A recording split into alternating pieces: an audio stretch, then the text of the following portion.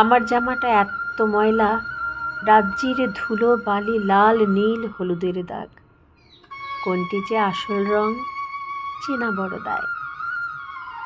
Soda দিয়ে সেদ্ধ করি, ঘাটে পাটে আছড়াই, জাদুকরি ডিটারজেন্ট গুঁড়োয় কত যে ধোলাই মলায়, কিছুই হয় না।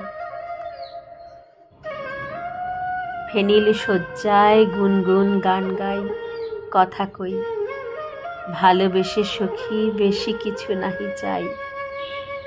প্রিয় জামাটায় শুধু বক্সাদা রং চাই, কিন্তু বৃথা নিষ্ফল আয়োজন। ময়লাটা আগের মতোই, যেমন হাজার ধুলেও কয়লার রং কালোই রয়ে যায়।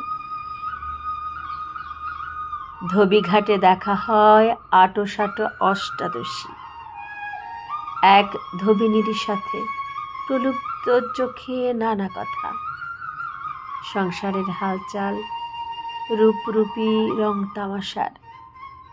সব শেষে বলি, ওগো মেয়ে, পারবি কি আমার এই জামাটার সব ময়লা সাফা করে আগের মতোই সাদা করে দিতে?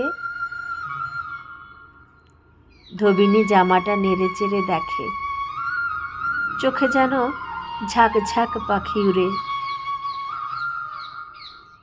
ঠোঁটে শাওনি গাঙের ঢেউ হাসিতে উছলায়।